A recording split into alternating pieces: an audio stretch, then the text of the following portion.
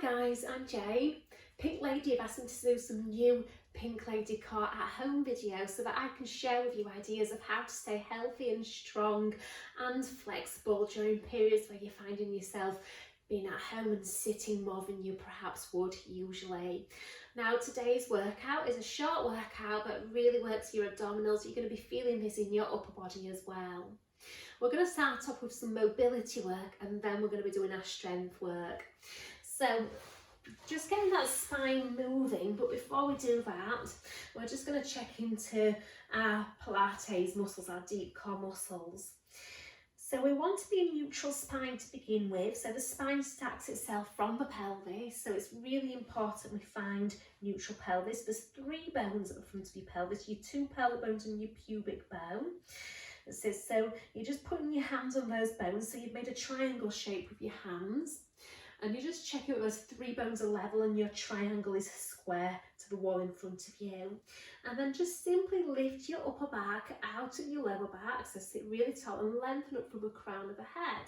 And then we're in our neutral alignment. If it feels a challenge to be sitting tall here, choose a leg position that allows for that, or maybe sit on cushions so it's a bit more achievable to sit up tall. Hands on your ribs now, and I want you to just focus on breathing deep and full into the back and into the sides of your rib cage. On your inhalation, you're looking to feel some expansion in the rib cage, and on your out breath, you want to feel the narrowing of the rib cage.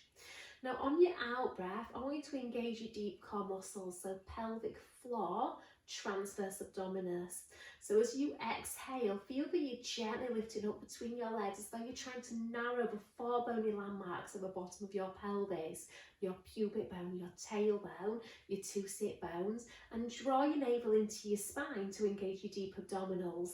And then keeping your breath in your rib cage above your belly button so that you can maintain the control of your deep core muscles. Now staying with your breath, you're going to bring your hands together in a prayer position. So your thumbs are glued to your chest bone, and in your peripheral vision, just notice that your nose is in line with your fingertips. Now on your next in breath, I want you to rotate to the right, so you're twisting from your waist and your middle back, using the out breath to centre and then changing sides. Focus on keeping your pelvic triangle square to the wall in front of you as you turn your chest bone to the side wall. And on your twist, make sure your thumbs remain glued to your chest bone and your nose stays in line with your fingertips.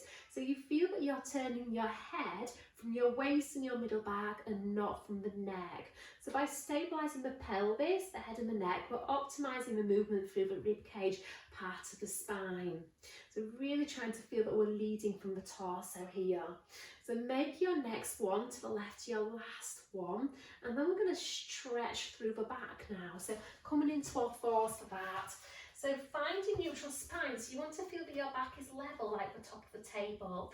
So eye gaze forwards of your hands, shoulders away from the ears, and just feel the upwards energy of the torso, just perceiving that your triangle is square to the mat here.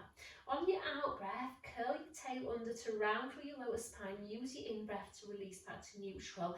So just work between your backwards tilt and your neutral pelvis, focusing on keeping the ribs, neck and head still and stable, so you're isolating the movement to the pelvis and the lower spine, and you're feeling the work the lower abdominals have to do to gently round through that lower back.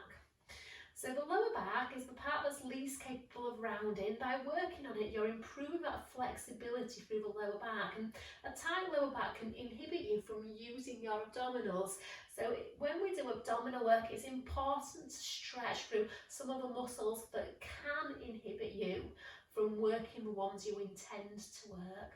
So you're going to take this movement through the whole of the spine now. Chin comes towards the chest, looking at your belly, and then coming back to neutral. So tailbone leads, one bone by one, straighten head comes up last. Initiate from the pelvis, delay movement in the neck and head as long as you can, so you feel even distribution of movement through the spine. And as you straighten the spine, keep that upwards energy of the torso, that sensation of lifting upwards away from the floor. So that engages the abdominals. The abdominals are stabilising the spine as you come back to that straight position. So we're going to do this one more time, just giving those back muscles a really good stretch, using the strength of your abdominals to do it. Let's keep the spine rounded and then sit backwards, further stretching through your back, but also through the sides of the body here. So reaching out through the fingertips, stretching from your elbows into your waist, into your hips, and then coming onto your bottom. Okay, so we're going to do an exercise called the rollback. So the rollback is an abdominal exercise and it helps you mobilise the spine. So I want you to sit with your legs bent. Now for me it doesn't matter if your toes are on the floor or off the floor, so whatever's available to you in your ankles. Hold the back of your legs with your hands and just use the strength of your arms to lift your spine up on top of the pelvis. Now I want you to think about that first bit of your cat stretch. I want you to curl the tail under and round through your lower spine and then slowly roll back, and as you do, keep your eye gaze looking forwards as though you're looking at a horizon ahead of you. To come up, chest bone rounds forwards towards your thigh bones until your shoulders are over your hips, and then lift up through the spine. Going a little bit further each repetition, and on the way back you want to really focus on leading from the pelvis, and on the way up you're leading through the thorax, so it's the chest bone that rounds forward. So if we focus on our spinal movement, we're going to get way more abdominal recruitment. Now if you've got a hollow lower back or a tight back, those parts of the spine usually lack articulation, and you might find that you have a little bit of a fall. Those parts of the spine want to fall down to the floor. The trick is to put a towel underneath those hollow spots or tight spots. So if that's happening to you right now, grab a towel, find those tight spots, and you're going to find that this movement's going to smooth out a little bit more.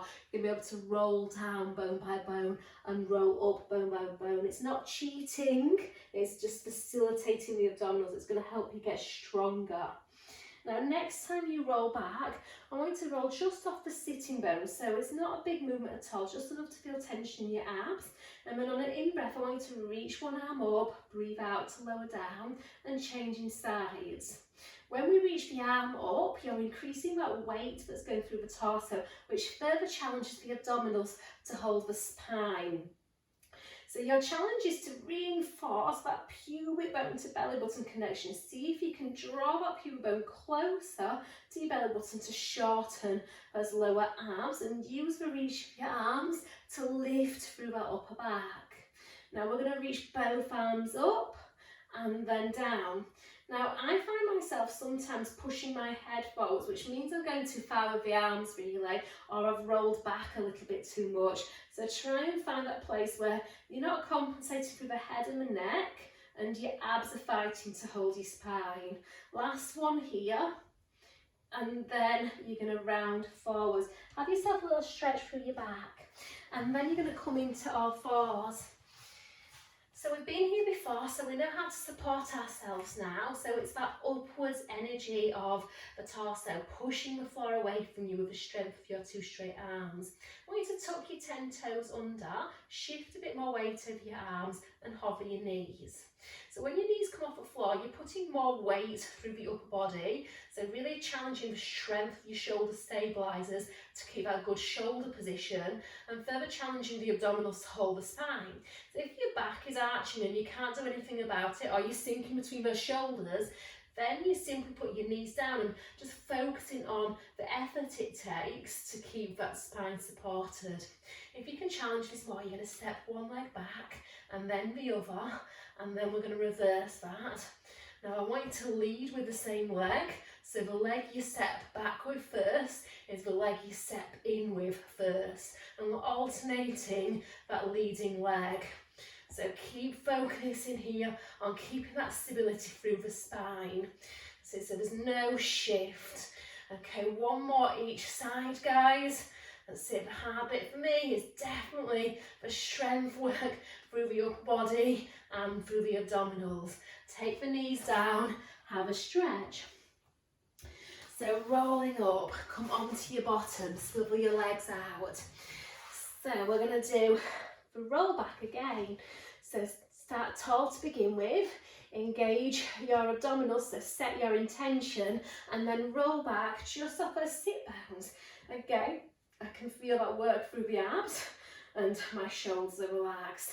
See if you can let go of the legs. So this time on an out breath, you're going to reach one arm out to the side and then forwards again, changing sides. So again, I'm trying to keep good head and neck alignment, reinforcing, drawing my pubic bone up to my belly button and trying to keep my upper back long and lifted. So this time we're creating a rotational force through the spine, so that arm creates a shifting force. You're going to feel that you're fighting here to keep the two sides of the pelvis equally weighted.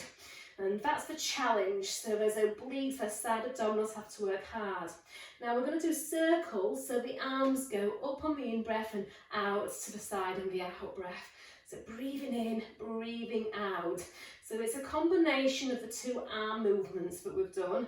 And again, making sure you can keep the tension out of the neck as you do it. The tension should be in the abdominals. Let's change direction. So out to the side, level with the ears, and then forwards. Checking that you're not falling back to the floor. And then two more. So yeah, you should be definitely feeling the heat in those abdominals. I know I am. And it's good shoulder mobility as well. So rounding and then lifting up. Now we're going to come back into that plank position. Okay, so remember the first variation of a plank is simply keep the knees down. So the only goal in a plank is to resist the downwards force of gravity, sinking the spine down like that. So just by holding this, you are doing a plank. You are doing something to get stronger in your abdominals. So here we're going to go for that knee hover again. So shift your weight forwards, hover the knees and step back and then back.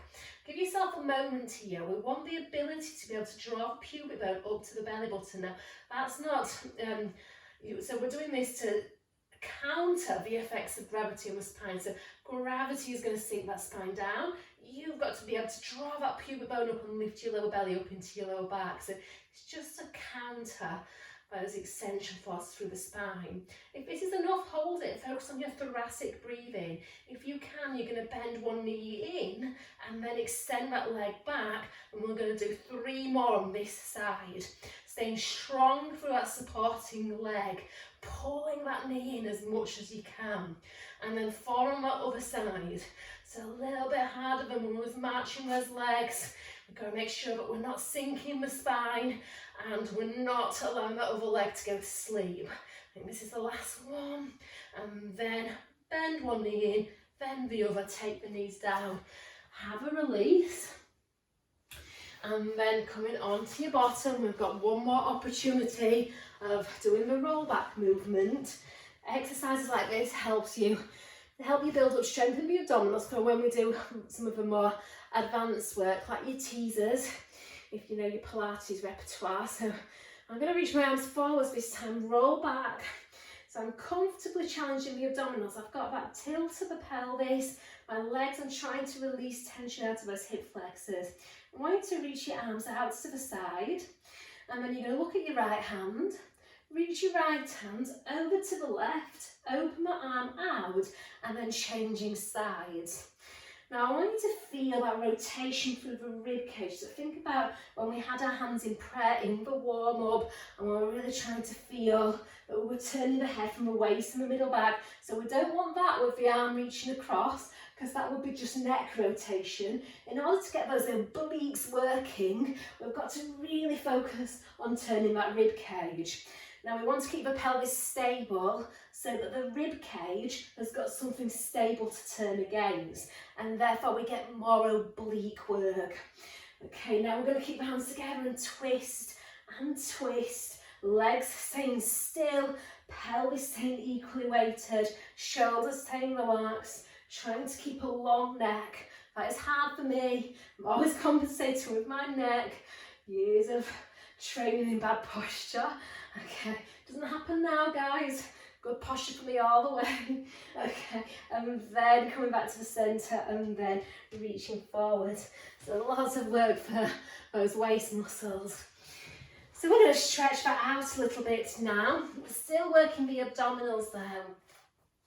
So back into your quadruped posture, getting good at holding this one now. You're going to have your hands a bit more forwards. So we're going to revisit the cat. So you're going to round your spine, look up at your belly, And then you're going to press your hips towards your hands. Keep drawing your pubic bone upwards to your belly and trying to widen the shoulder blades. So you're not sinking down into them, you're pushing up from the floor and lifting up out of those arms.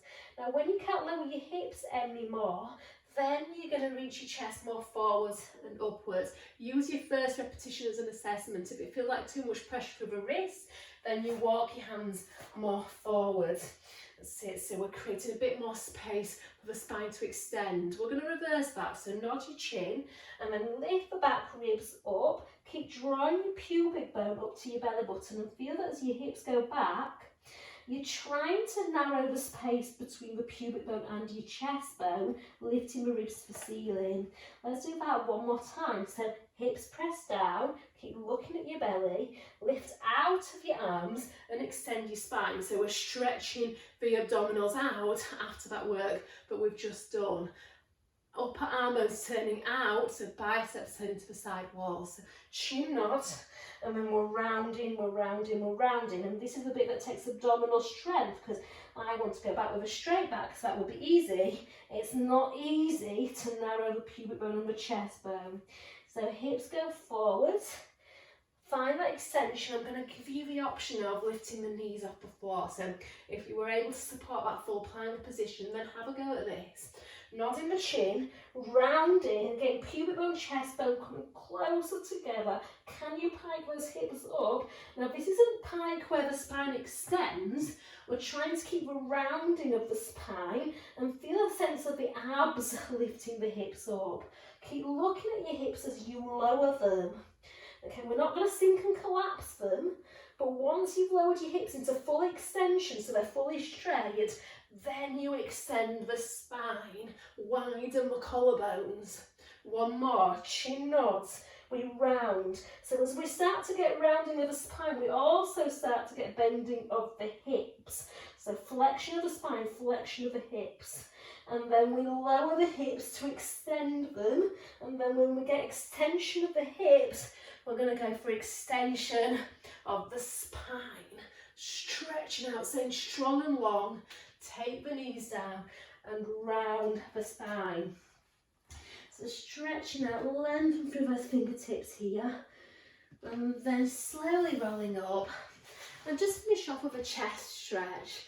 So it's always really nice to open up through the front of the shoulders after working. A lot of work through the shoulders. So in planks we use our pushing muscles a lot. So pushing, we relate to push-ups and all those types of exercises. So we're just stretching them out, lengthening through the abdominals. I hope you felt the burn in the abdominals, guys. I hope you enjoyed that. And I hope that you'll join me for more workouts to come. Thank you very much. Bye.